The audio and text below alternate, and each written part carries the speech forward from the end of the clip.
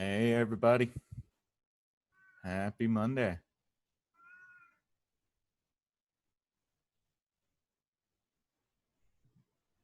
I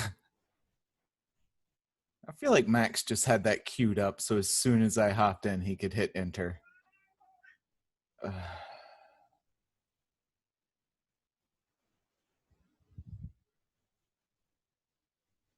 File that keeps getting update as my Node.js program is running. What would be the best way to do that without?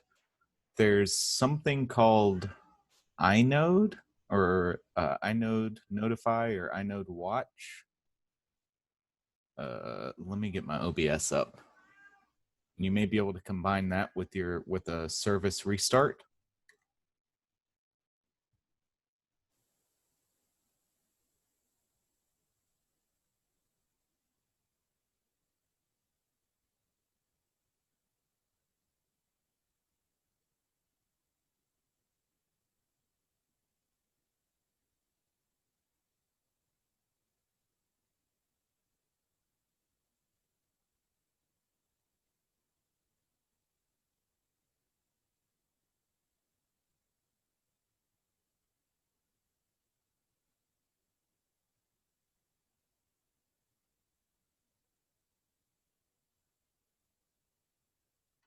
All right.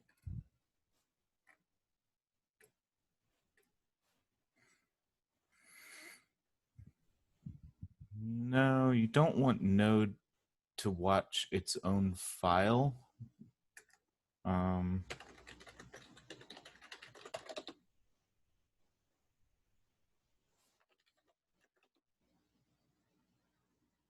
notify.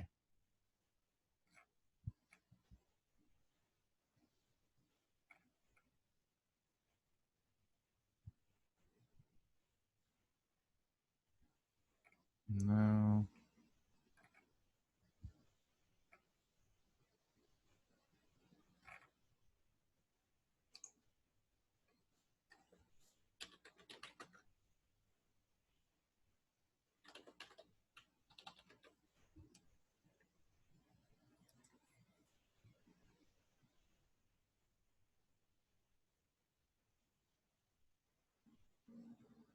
Oh, you want it to watch. Oh.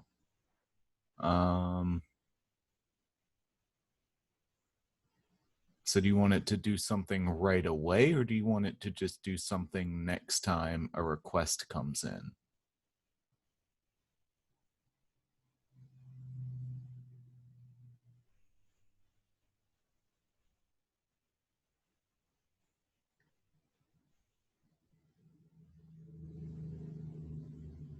Print to console right away. I don't want to watch the video. Yeah, watch file would probably work.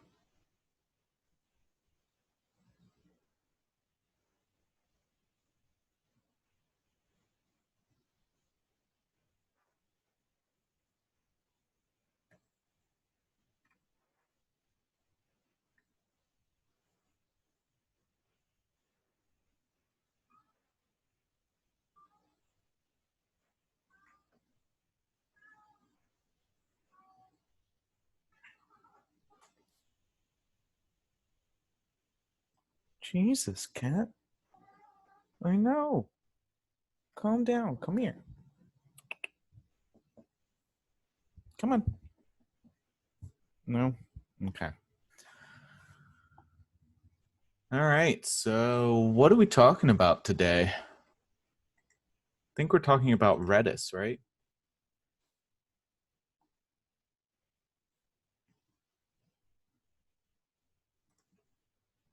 I think we already went over some of this stuff. I'm going to go over to the documentation.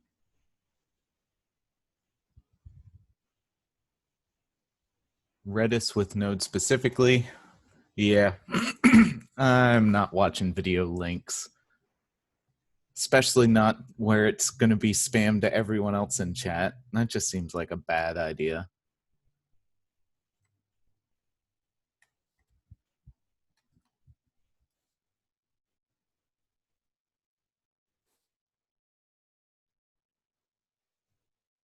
Okay. So I figured I would just do something instead of talking about Redis and how to do what we're trying to do, which I think I've already gone over how we kind of want to use Redis.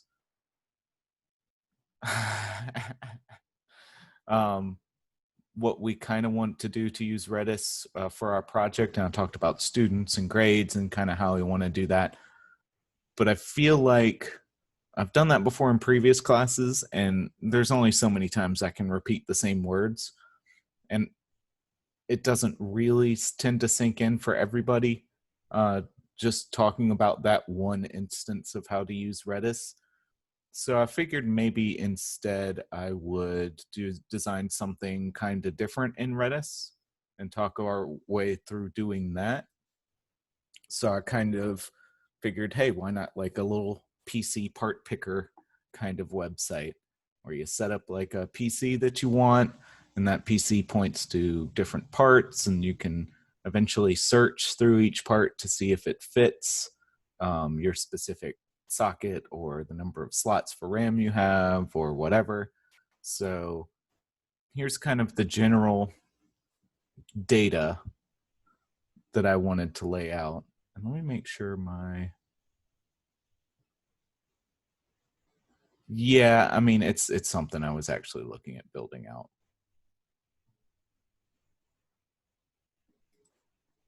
Mostly because I didn't want to put a video card in there right away. So the 3400G is kind of nice. And I think this was the motherboard I wanted to use. I wanted to build a tiny water cool mini ITX kind of computer. Yeah, which case? I don't know. I'm down to like 2. I think I might go with the NZXT case actually. Which case was I looking at? Let me find that. It's in my other browser. Pop it out here, bring it back over here. So this was kind of the specs I was trying to go with. The one thing I'm not sure of is if this cooler will fit in this case. But this looks like a pretty decent case from what I can tell. Oh, Sublime is in the way. Yeah, it is. Browser. So I was thinking about going with the NZXT case. I think what you saw me ask for. Yeah. H210i. My only question about this that I need to figure out is it says at some point it says it supports 2 120 millimeter fans. Where is it? It should say it somewhere on here. Maybe I have to click through to it.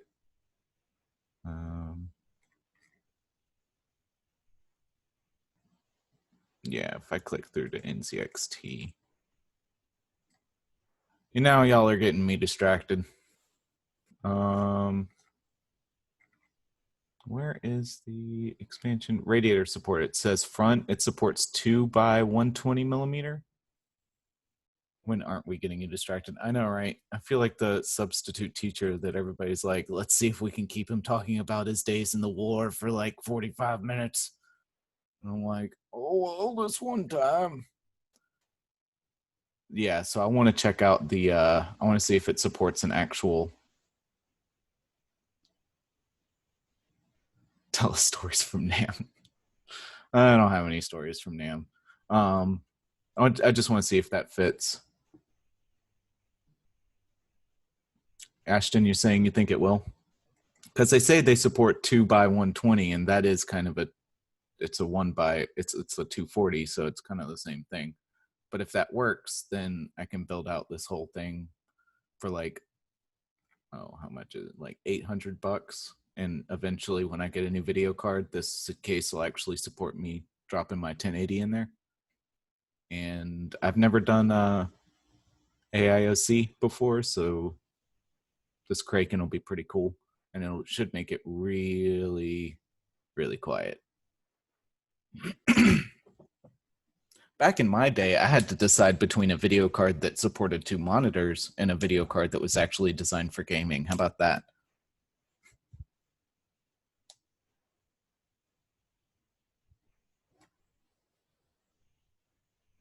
Yeah. So that's what I was looking at. Anyway, back to what we were talking about.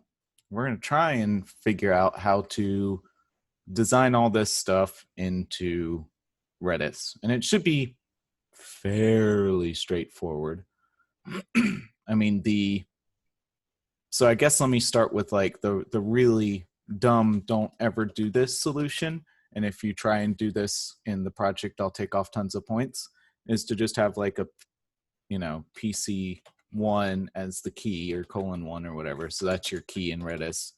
And then the value is just a string that's the JSON that's like RAM : all of this stuff. Or wait, no, all of this stuff directly in here, I do that, and then inside, and basically build out an entire JSON string and make this just a string key value pair. And when you look up the thing, you have to decode everything.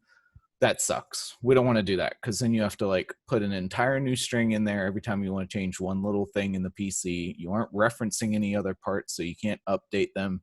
If you wanted to add like a current price inside here, then you'd have to update it everywhere. So obviously we want to break it out, right? I mean, that kind of step one, don't be dumb and try and put everything into JSON. So just cutting that option out right up front. What else?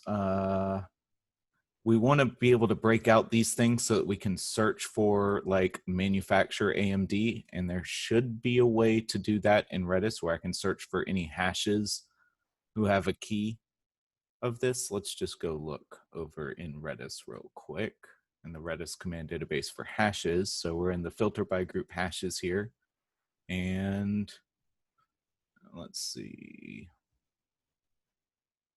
hset, hfiles. Okay, what about search? No, we might not be able to do that. We might just have to get all of them and then trim it down by that, which is kind of what we're going to have to do when we're doing our searches in our main project anyway. Get all the fields and values, delete one or more, determine if hash value exists. Okay.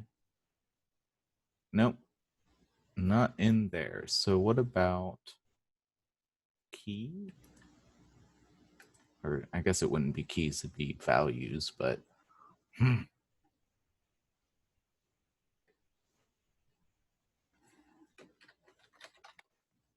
well, yeah, of course search is going to show up there. Kept running into scan operations when I was trying to research this earlier.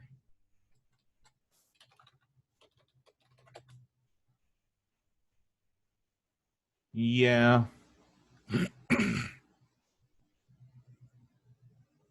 Incrementally iterate hash fields and associated values, iterate sets, iterate key space. Yeah, we might not actually, we might have to get all of, get all keys that start with RAM and then loop through each one. It does seem kind of clunky. Kind of what they normally recommend is make everything as flat as possible. So it may even be a good idea for us to have like RAM 2 and then actually break all these out as separate keys. So it may be, and this would be way more work, but we might have something like these keys instead. So have a key that's RAM 2 capacity, RAM 2 slots, RAM 2 speed. I don't know if that helps anything really.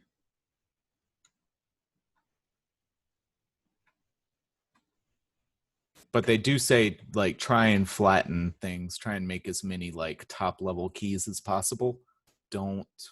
So this will work for what we're trying to do, and then maybe we can try and optimize it a little more after that. But if I can write some code to do this, then we should be good. I think first I'm just going to try and get some of these things put into the database using the CLI, and then we'll show then I'll delete the database, show how to do that in Node, and then we'll try and do some other stuff with it, like how to make new ones, how to find stuff in Node.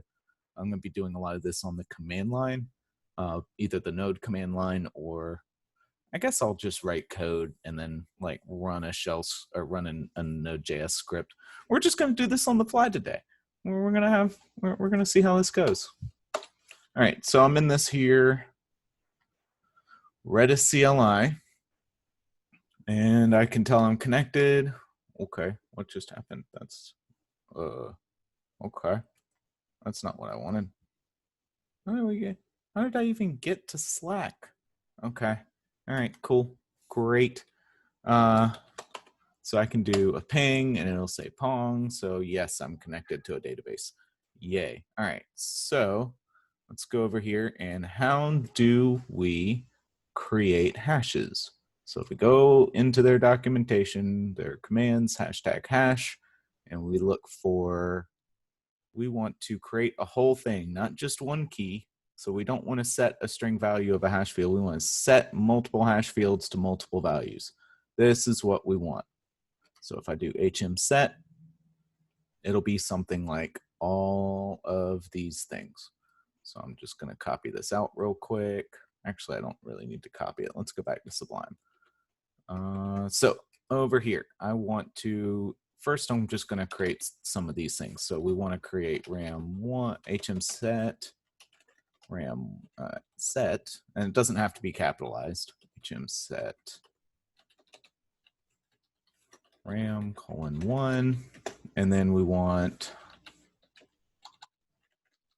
all of these things after it.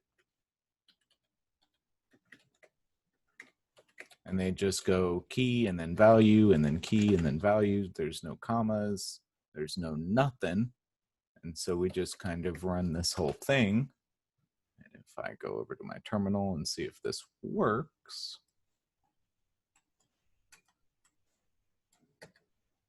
and then I do get all ram:1, we see that it returned the capacity 16, the slots are 4, the speed is 3600.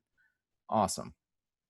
So let's just put a couple more of those commands together. So we have another one of these that is just the exact same thing in 2 slots. And we have a CPU, we have 2 CPUs. So let's see if I can get all that stuff set up. set CPU1 name. And I think I have to quote this because it's got spaces in it. And I can just copy the rest of this crap.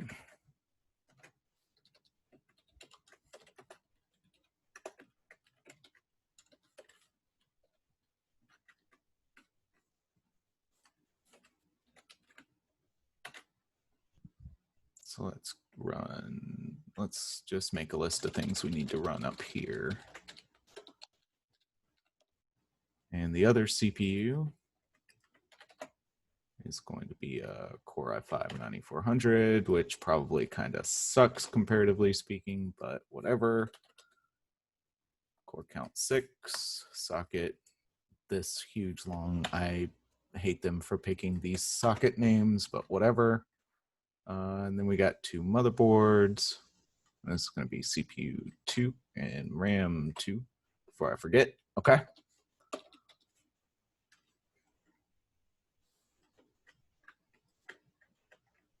Let's just copy all this and move it up here. set. So the M is for multi, by the way, in the set piece.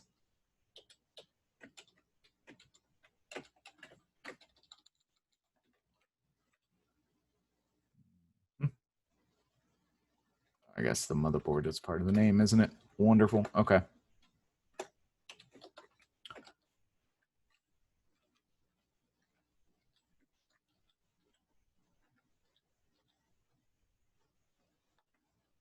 Oh, and it went on to a new line. Great. Okay. All right. So let's just, I guess I need to do one more. motherboard 2, and it's going to be this thing.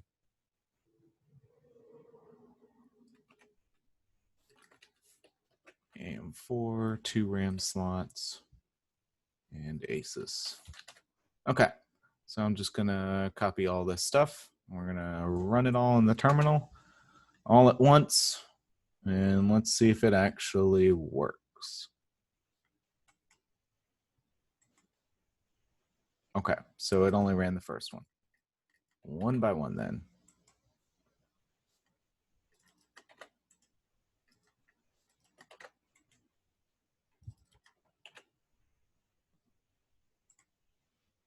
All right, so we got, notice that it was like, okay, we totally can overwrite that. It's not going to stop you. So keep that in mind when we start thinking about other stuff. But let's go check out motherboard 2. Let's see if that worked right. Get all motherboard 2. Okay, so it did actually quotify all of that stuff. All right, cool. So we got all that stuff in there. So let's set up our PC real quick.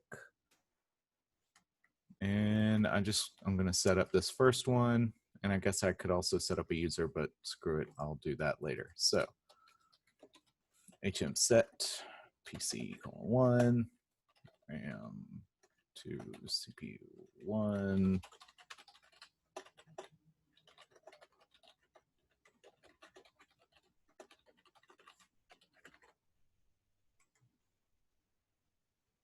Yeah, I was not on the right screen. My bad. So that's what I'm doing, and now I'm pasting it over here.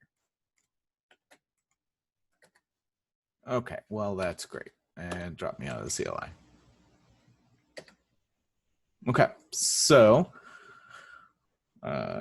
let's make sure we can still get the motherboard. Didn't delete that. Let's make sure HM get all, or H get all PC 1. All right, so we got everything in here. So how do we actually access this stuff? So if I wanted to be like, oh, somebody wanted to look up PC number 1, how do I like render all that stuff to the screen? Well, I do this get all PC 1. So we find the PC 1. We say, all right, well, the name is going to be AMD mid-range. The user that created it is C Baker. We'll go back to creating the user later. And then for the rest of these, we kind of have to go get RAM number 2. So we have to be like, oh, we found RAM number 2. So now we have to go look in the RAM part of the database, get all RAM :2. And all of this stuff kind of gets rendered inside the RAM section. And then we do the same thing for the CPU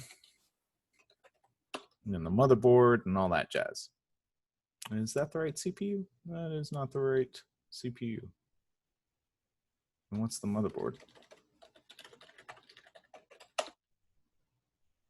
Yeah, I got the wrong CPU in there. So H set, and then I want to specifically set on PC :1. I want to set the field. Did I do this right? CPU needs to be CPU 1. There we go. Okay. So now if I go back and get the PC again, get all PC 1. There. Okay. So all that's good. Anybody have any questions about what I'm doing so far? How we would redo this in Node.js? Or well, I'm about to talk about how we would redo this in Node.js, but does this make sense? Like why we have it laid out this way, how we're actually going to interact with the database going forward, that kind of thing? Any questions? If you wanted to grab a specific field value programmatically, is there a command for that? So if you're talking about like getting PC number 1, like, or getting like RAM number 2 specifically, I don't think there's a way directly inside here. Like SQL may have like a PLSQL way of doing things, but normally you would use like something that's talking to the SQL to actually like do the first lookup and then do the second lookup. I guess you could do like a a join command or something. I don't know if a join command exists over here in the Redis world. I think it's a little bit slimmer. Since everything's strings, it doesn't internally know one way from the other. Let me go look at let me poke around and see if I can figure it. Let's see. All right, so if we look at keys, we can expire, we can find all keys matching a given pattern.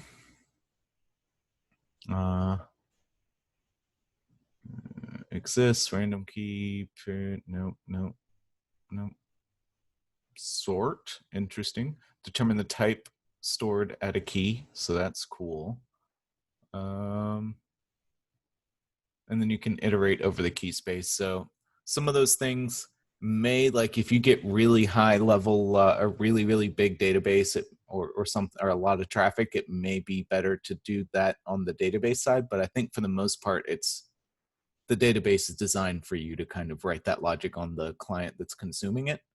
So let's go back to Sublime for a minute and let's just assume we got all that stuff in there. The way that we would do this in Node.js, we did our, import or whatever it is, imported Redis. We did our Bluebird stuff, which apparently we don't need to do anymore because there's a Promisify like built into Node.js, but whatever, it's still in our code. And then we created the client, all this boilerplate stuff that's already in our code that you don't really have to write. So I'm not going to talk too much about it. You can read it if you want it. It kind of like never changes. And then we do client. And so the client's like created and connected. So now we can actually make calls to the database using client dot. So here we could do, and let's just, actually, let's do all this stuff. Let's open up a new JavaScript file. Set the syntax, grab our, let's see, we want the Redis, we want Bluebird, we want the client, and I'm not really gonna set up an app or anything. I'm just gonna do this stuff and dump to the console. So now we can do client.hget all. Let's just make a function. Let's do it right. Const get PC equals function ID. And so now we have this function that's supposed to eventually give us back the PC. Why is planning on, like if this is, why is this a bad idea to plan to write it this way? Can anybody tell me?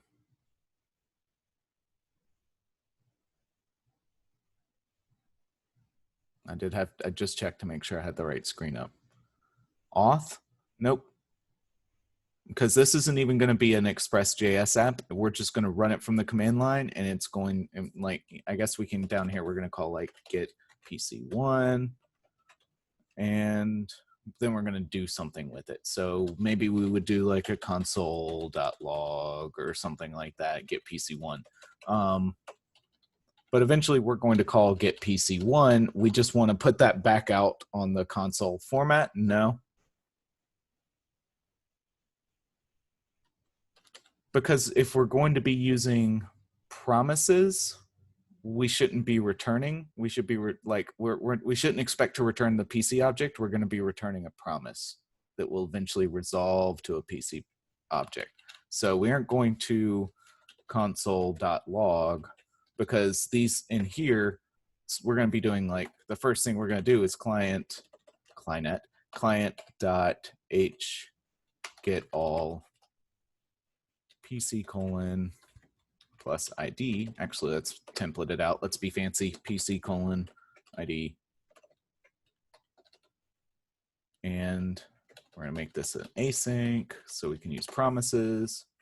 SYC dot then.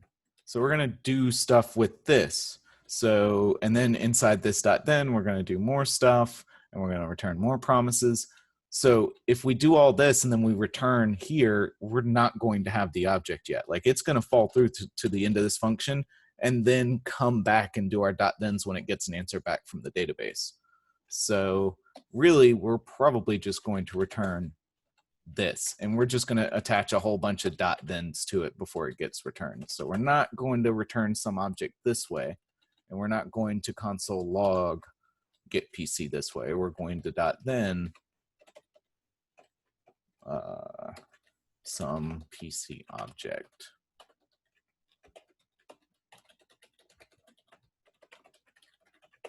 And do something more like that.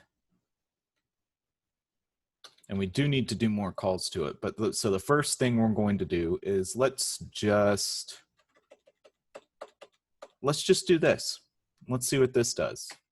So this will return a promise, and I believe that promise will have some results in it, and we'll just console log those results. So let's try this. Let's get out of that. Let's go over to terminal. ls, where are we?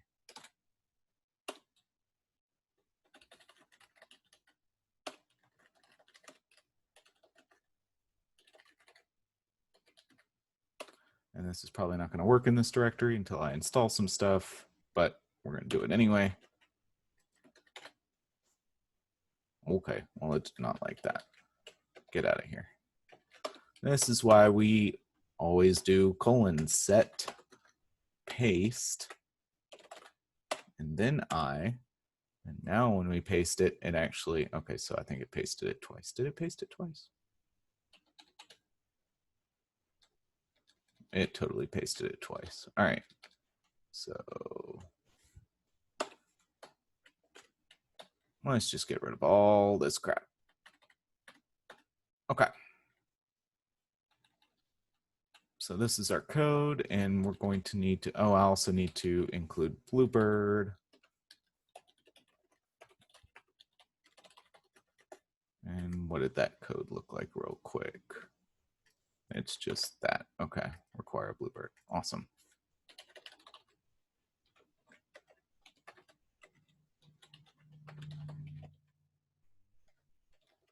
Okay, and close and npm install Bluebird Redis so that we have those packages there. Okay, now node with the O, index.js, and it just keeps running. Well, that's cool. It gives us everything, but it doesn't actually exit. So that's nice. Okay, well, don't care about it not exiting. We'll address that at some later point.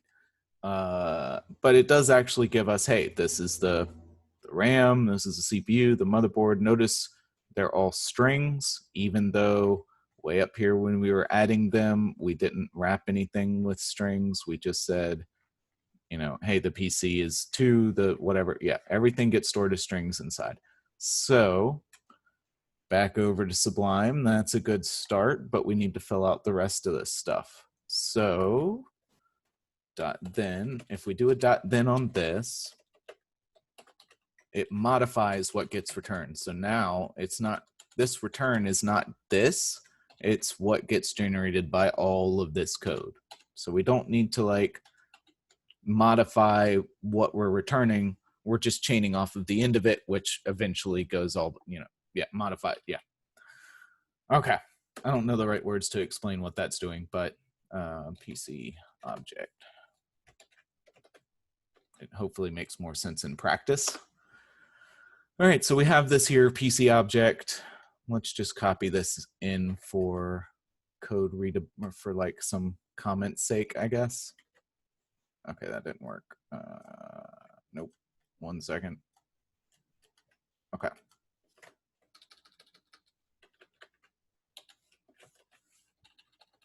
Just so we know what we're dealing with. And inside this .then, we're gonna have to fire off a whole bunch of requests back to the database to get the RAM and the CPU and the motherboard. We're gonna skip getting the user, and the name's already there for us. So we need to, I don't want to do it this way. This is the, yet again, don't do this. This is the dumb way to do it. where we do client.hgetAll async RAM, and then we want PC object.ram. And we need a colon in here. So this all is standard. We're not going crazy yet. And then we want to do, so we want this to like return that. And then we want to do another .then off of that, and then look for the CPU. And no, we don't want to do that. We want all three of these requests to go off at once so that things happen a little bit faster. So instead, we're going to use a promise.all and create that array thing that we did before. So const promises, and this is just going to be a regular old array. We're going to start shoving promises into it as we go. So we don't really have much to for loop through. We could create an array of, keys equals RAM, CPU, motherboard, and maybe I'll do that in a minute. But for now, let's just hard code it. So let's just do this one first. Promises.push. And here we actually want to do a .then in there. So remember the promise.all that we're going to do at the end. So let's just close this off and get out of there. And then we're going to do some more of those. And then we're going to return our new PC, or like final PC object. We could actually, okay, and with a B and a J, there we go. So we could actually just write into PC object as we get our answers, but it's better in JavaScript to make a copy of something and always modify the copy. And you'll be doing a lot more of that in Redis, but it makes like, okay, because if somebody passes you in this object and you modify it, and then they're using it somewhere else, like obviously the Redis client's not going to run this problem. It's not keeping track of the PC object and expecting it to stick around later. But in general, if somebody passes you an object as an argument, you should really try to write code that doesn't modify this argument unless you are explicitly supposed to modify it. So if you need to return a filled out version of this, like we're taking in something that's got identifiers for RAM and CPU and motherboard. So we're taking in this thing and we're supposed to return like a modified, more filled out version of this. I always prefer to do something like const final PC object equals, and we just want to have, what do we want here? Just user and name, right? Because everything else is going to get overwritten. So user colon, and actually we can make this even easier. Let's do this. Const user colon name equals PC object. And then here we want user comma name. So now we've made this new thing. And we could even do something even more fun. We could reverse it. Let's pull out our RAM. Let's pull out our CPU and our motherboard from the PC object. And then let's also pull out the rest of it, which is username and name. And it's going to make a new object just with those two keys for it. And let's call that new object final PC object. And so now not only do we have our variables RAM, CPU, and motherboard pulled out, so we don't need this anymore. We can just use RAM. But we've also made a copy of our array, of our hash PC object that has the stuff left in it. If we wanted to make a copy of the whole thing, we could just do that. That makes a copy of every single key inside PC object and puts it in final PC object. And then we could overwrite stuff if we needed to. But I'm going to pull out these variables so that I don't have to type PC object all 3 times. And all right, so now we need this. Let me go in and finish out the rest of this. Promise.all promises, and we're just going to .then. So if we just returned, so even this is incorrect. We can't return that object here. because we have to wait for all of these things to finish. We could return just this. But promises.all doesn't actually populate the .thens with any data. So if we just did this, some PC object would be null or undefined, because promises.all, the .then that this generates, the promise that this generates, when it resolves, it doesn't resolve with any specific value. We could make it resolve to a specific value by doing .then. Okay, and let's just get rid of that for a second so I can get my syntax highlighting back. .then. And I don't remember, promises.all doesn't return anything that I can use, so there's no point in putting any arguments into this part, but I can return final PC object. And now this will work, right? This will actually work. Now we need to populate the rest of it, and this isn't actually saving.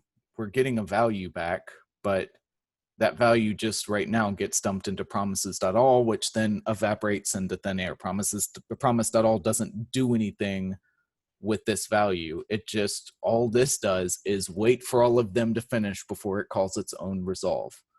So inside here, we have to do a little bit more code to save the thing that we got back from the database. So we're trying to save the RAM object, and this is going to go into final.ram equals RAM object.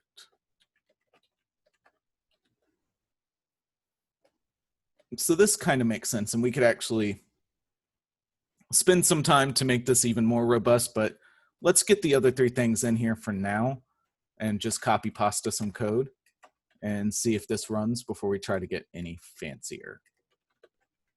So this one's going to be CPU, CPU, CPU, and you know what? Let's just call this obj so I don't have to change it everywhere. Although I'm obviously changing it everywhere because, all right, yeah, makes total sense. And this one's going to be motherboard. And we're saving it into motherboard on that part. I think this will work. Did anybody see that I've missed anything here? Get rid of this now. Anybody think this won't work? Anybody?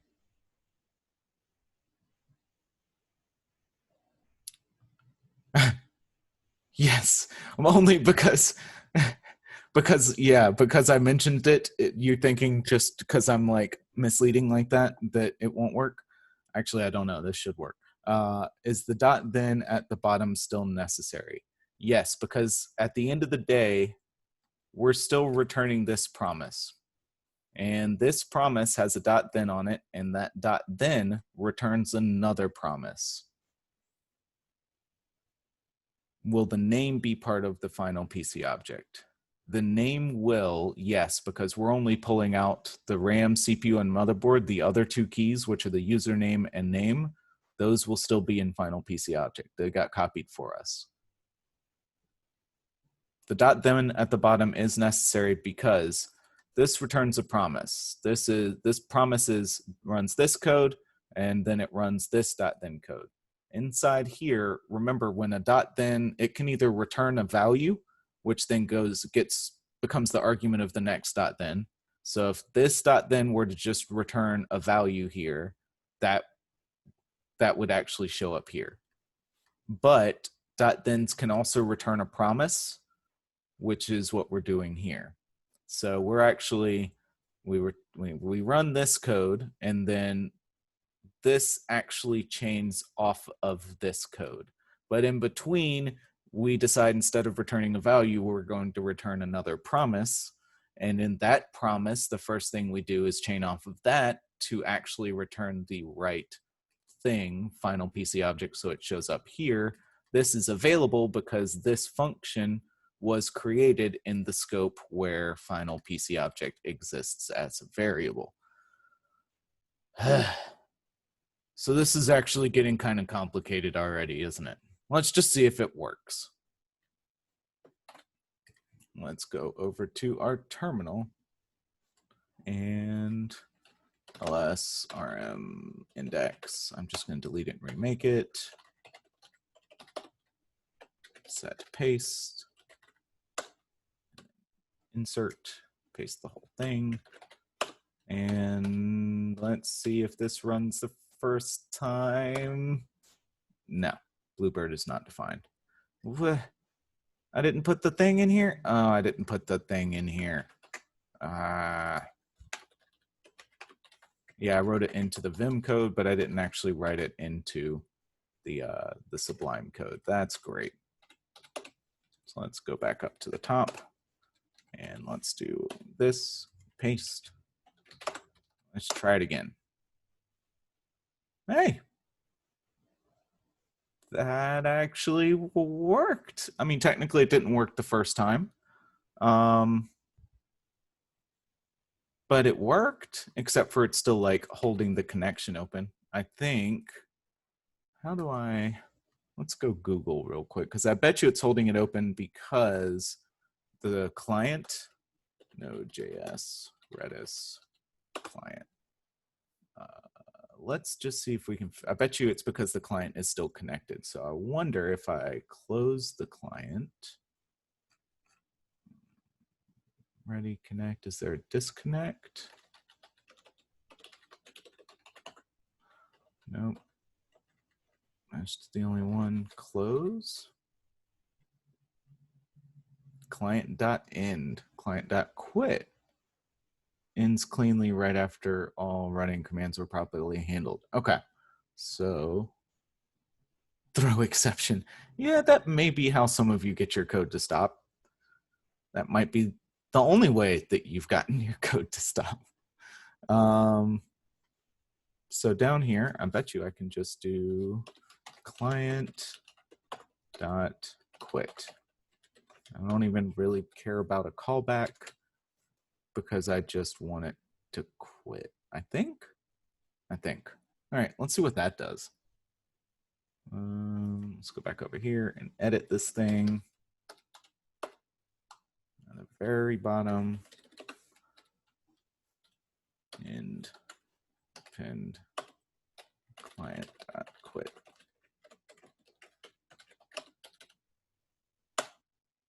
Hey, look at that. Okay, so that kind of works. What if we wanted to like search for all available RAM that matches our slot or matches, you know, some stuff? Let's see if we can figure out how to do that. And this might not be the best way to do it, but let's try a search for, and it'll take in, let's just define this up here. Well, all right, so here's how we actually want to run it. We want to search for a RAM component, and we want it to have some set of arguments. So this could be like empty, in which case we'd get all the RAM, or we could have like slot 4. And so this would actually pare everything down to just getting us RAM with 4 slots. So that's kind of how we want to do it. And then we want to dot then off of it again. And we probably want to move that client.quit down here. And this is going to be RAM results.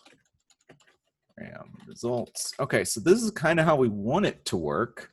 And if I wanted to put multiple things in here, it would like pare down the search results more. If I left it empty, let's just leave it empty first and see if we can get all of the RAM objects first. And so let's define our function const search for, and it'll take in type and args. Sure. Super specific. All right. So we got this. In fact, let's just call this like query args, maybe. That makes a little more sense. Maybe even looks a little bit more like the project. Okay, so we know that we need to first get all the RAM out of the database, because I was trying to find that earlier, and I don't think there's a way to like get all RAM whose keys inside the hash match something.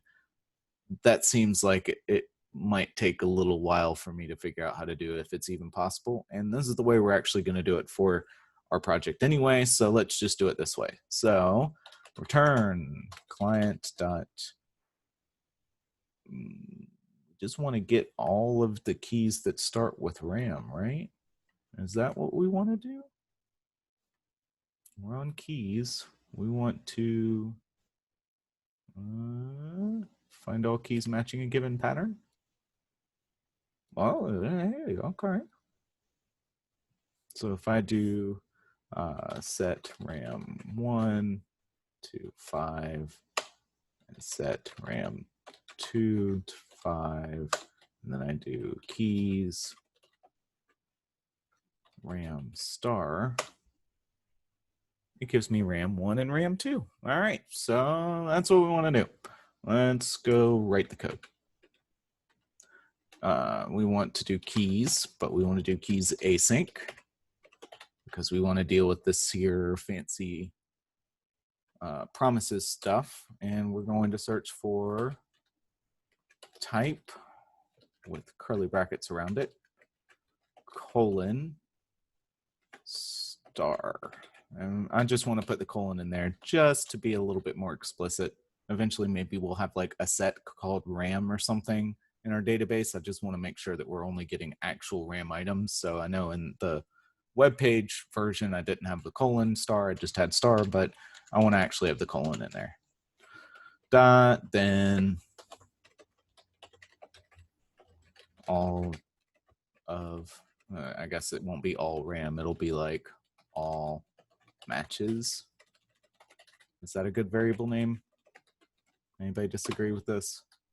Anybody think this is the wrong way to do stuff?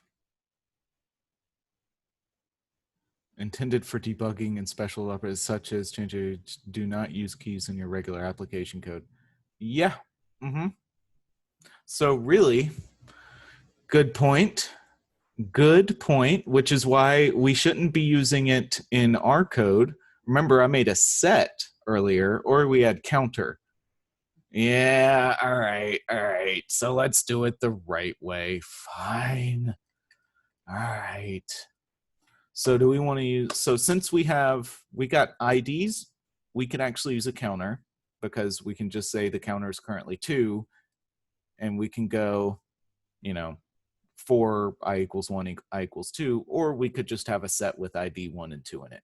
So who wants to use a set besides Zach? Okay. I got 2 for a set. Anybody at all want to see the counter version, or everybody want to see the set version? Team set.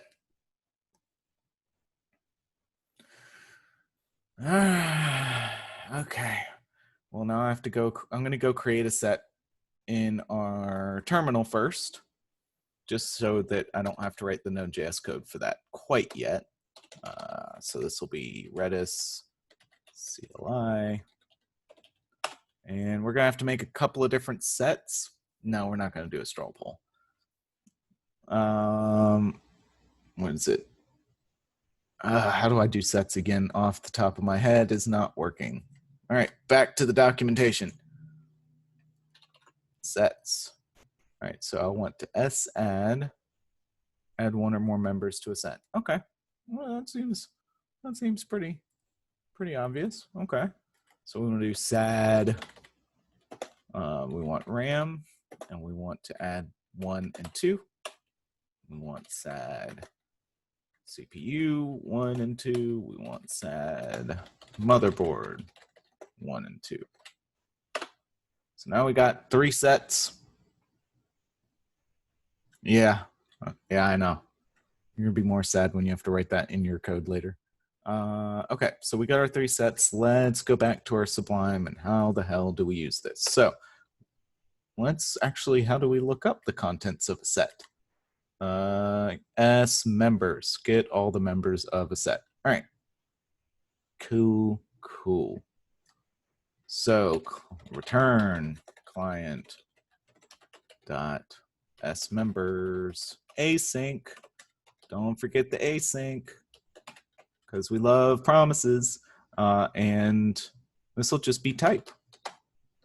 And we might want to be like, just like in all production code,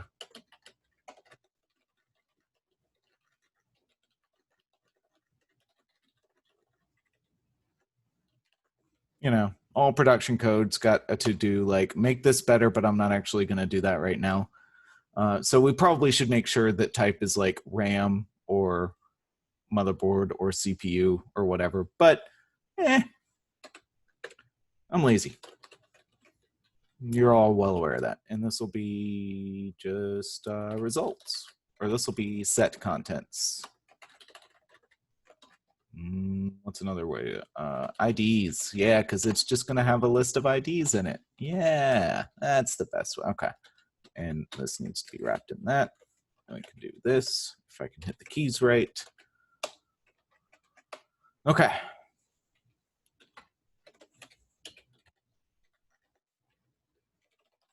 So because we have 2 of everything, I can pretty much guarantee that with our current state of the database, IDs is just going to be an array with 1 and 2 in it.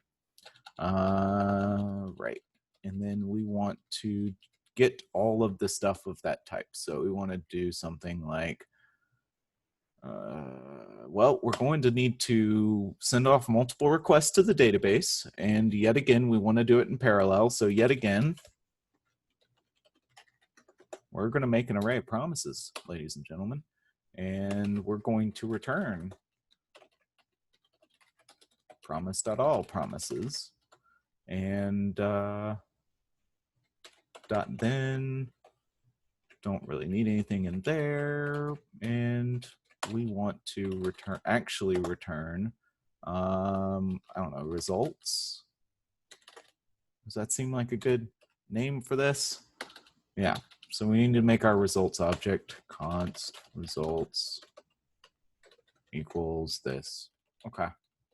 And we're going to populate these results with callbacks from each of these promises that we make. So first we got to loop through our IDs for let I equal 0, I is less than IDs dot length,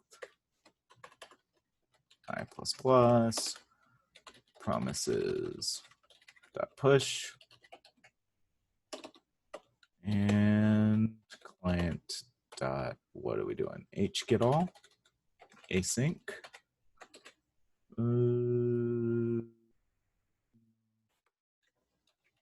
going to start with type, right? And then it's going to have a colon. And it's going to have IDs of I. That look right? I'll just const ID equals IDs of I because I hate repeating myself. So now we can actually just use the ID here. Okay, so this, if we pass in RAM, we're going to get, if we pass in RAM up here as our type, right? This thing right here, if we pass that in as RAM, it's going to get the RAM set, which is going to give us an array of 2 strings, 1 and 2. We're going to loop through those 2 strings. So this will be string, this will be the value 1 the first time through, and it'll be the value 2 the second time through the loop. We're going to do an getAll on RAM colon 1, and then again on RAM colon 2. And we need to save the results into this results object. So we need to do that in here. Let's make this a new line so it's slightly easier to read. And we're going to get, this is a single result, not plural results. Let's not make this too complicated. What do I want to do? I think I just want to do results.push. Result? Question mark? I think that's it for now. We aren't filtering anything yet. And I think we have to wait till all of this finishes to do any filtering. So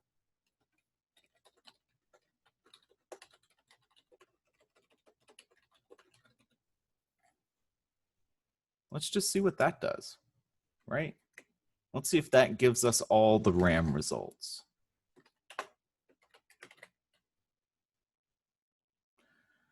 Is there not a different function besides hgetAll async for sets? Well, the set is just an array of IDs. That's what our S-members is. S-members gives us the entire contents of that member. So we have the RAM key, and its value is a set, just like we have the RAM:1 key, and its value is a hash. So hgetAll, the equivalent of hgetAll, which is give me the contents of all of the stuff inside RAM1, is S-members, which is give me all the contents inside the set that is RAM.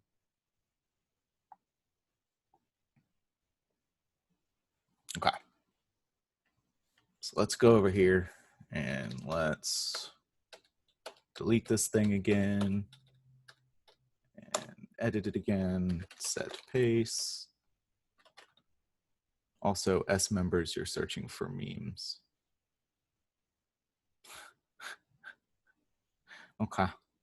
All right. Am I? Wait. Am I memeing myself? S-meme, M-E-M-B-E-R-S, S-members. M-E-M-B-E-R. Oh, wow. I was, yeah. You know, I thought y'all were like actually making fun of me. I blame Nathan for that one, because he has me jaded against you guys actually being helpful. All right, set paste. And paste it all. Let's try running it. Hey. All right. Totally worked. All right, so now we have to go back and at least do one of those to-dos before we're done for the day. Hey, at least it's Monday and we don't have a quiz, right? Okay, so let's try and filter this thing. So inside here, remember this promises.all, it doesn't actually return anything to us. It just tells us that all of the stuff above finishes, which is why we have to use this extra dot then up here to save this stuff, right? So this, for every response we get, we save it, and then we tell promises.all that that specific thing is done. Cool.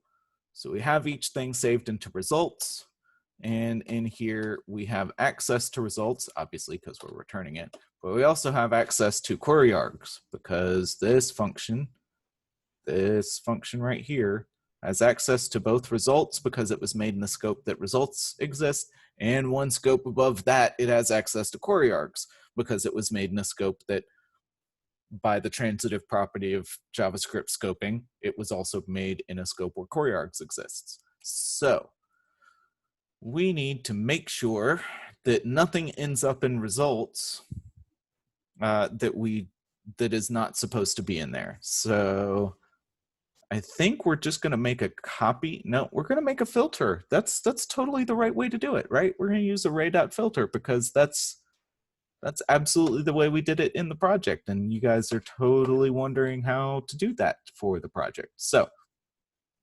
const filter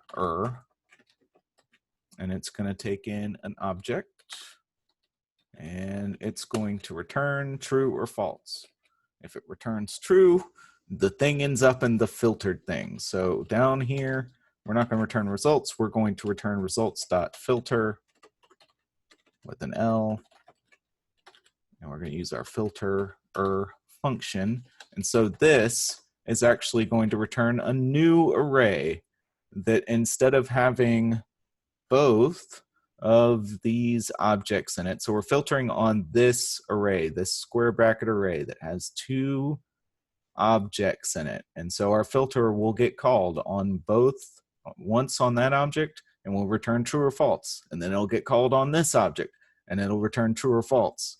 And because of what those return, this whole results.filter will actually return a copied modified array. It doesn't delete the stuff out of results.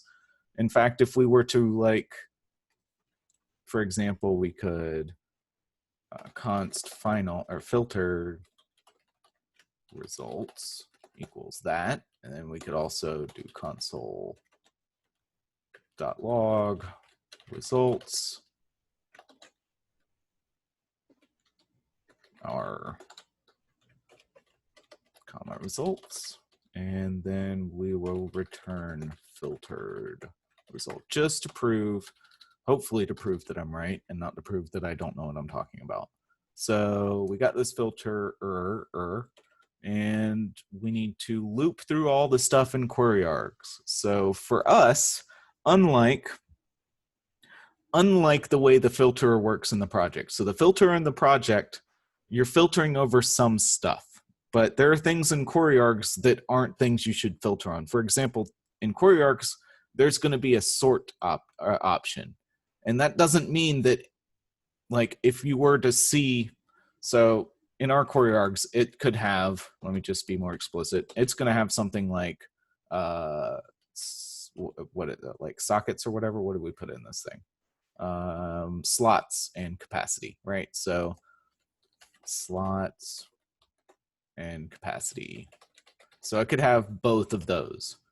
And all we need to do is loop through all the keys in this thing and make sure that every key actually matches kind of what we're looking for in the object, whatever. That's nice. That makes this a whole lot easier for me. You all, however, also will have Inquiry Args that in your project, you'll have Inquiry Args for something like sort. And this does not mean that you expect sort to be something in the object. It is not for the filterer to consume. This key is for the next stage, or the third stage, the second stage, the sorting stage of your filter sort paginate. So there are more keys inside the Inquiry Args that you're going to be dealing with than just the ones that apply to how it gets filtered. So that's why in the project I created that hard-coded const what was it, keys, and it had stuff like slots, capacity, and stuff like that. And so we actually had to use this to make sure that we didn't step on that underscore, that we didn't try and filter on some key that was in there but not in there for the filter. We don't have to mess with that on this one. I'm just saying don't do this for the project, because it will always remove everything from your array, because nothing is going to have the key sort inside of it. So for key in object, no, for key in Inquiry Args, if, and we want this to be an and, so we actually want to return false if any one specific key doesn't exist or doesn't match. So if Inquiry Args of key, so this will be like slots, for example. If Inquiry Args of slots, which down here, let's go ahead and make this slots 2, so that when we run this, it makes sense. So Inquiry Args of slots does not equal object of slots, which is what our key is, right? So we're looping through this. The key is slots, the value is 4. So if Inquiry Args of slots, which here, that is this thing. So that value is 2. So this whole side of this equal sign boils down to 2. And this is looking for slots in every object that we're filtering on. And that has to also boil down to true. And if it doesn't, turn false. And otherwise, if we make it all the way through this for loop and we haven't kicked out yet, return true. We're good to go. Put it in the other side. Put it in the filter results. Okay. Let's see if, yet again, I haven't screwed up too bad.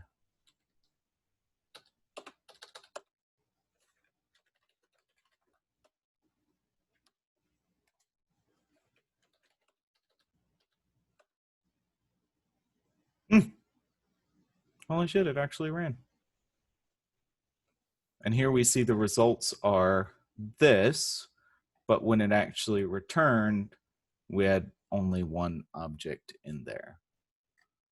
So this proves that we did not actually modify the results object with our filter function, right? We called filter, and then we console log the contents of results, and then we returned filter, and that came out here, and boom, good to go. When you're surprised your code actually runs. Dude, that's like 80% of the time, especially when I'm typing on screen for other people. I'm just like, all right, let's see how many typos I made this time. No, nothing? Really? This seems too easy. Like, don't ever trust code that runs right the first time. That's just, it's bad juju. It's like, don't put the side on your case until it boots up for the first time, you know? Okay, I think that's all I had today, unless anybody has any questions about what I've done today. Otherwise, we good to go. I'll see y'all on Wednesday. The quiz on Wednesday will be about databases. Let's see, ended up using watch instead of watch file because watch file had some weird delay and was missing messages sometimes, but watch seems to be consistent, can handle a message faster. Are you using it as like a message bus? Like you're trying to write a message into it, pick it up before something else overwrites it with a new message? Because you shouldn't be using actual files for that. You should be making like standard in and standard out file handles. So what I'm doing is I'm trying to. Did you see the message I put in Slack yesterday with the Minecraft stuff? Yeah. Yeah, I'm trying to make it so that you can send a message in Minecraft and then it appears in Discord. So the easiest way I could think about doing that was I redirect all of the logs from the Minecraft server to a text file. And then it reads from that text file and it checks to see if it's a chat message, and then that chat message is then sent to Discord. And I got it working, but now I just have to filter out the chat messages from like the server log messages. I feel like there's a Python library for this. I just want to point that out. Yeah, probably. I mean, it'd be way easier if you actually just wrote like a tiny Java Minecraft plugin that connected to your node process and sent stuff that way as well as sending it to the log file. But if you don't want to go that route, maybe you have two files. You have the current log file, like that's actually being written out by Minecraft, and then you have another log file that's generated by Node. And every time your process does something or gets a signal, it does a diff on those two, and then moves anything that it actually handles over to the old file or to its output file. But also, when it's handling those lines, sends them to Discord. Okay, I could do that. I mean, right now I have like unless it's not missing anything right now, you know. It's not. I don't think it is. If it does, then I'll do that. It seems to be working fine right now. I just have to do some regex stuff or just like filter out the garbage messages from the chat messages and make it all look nice. Yeah. Okay. Well. Yeah, that was fun. I'm glad that is working for you. All right. Have a good day. Yep. Y'all have a good one. Thanks, What's the plan for Wednesday? We're going to, I don't know, talk a little bit more about Redis and then give the quiz. I think I'm running out of stuff to talk about for Redis, but I'll think of something. Quiz hype. Yep.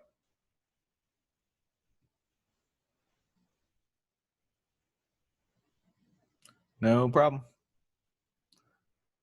Y'all have a good one.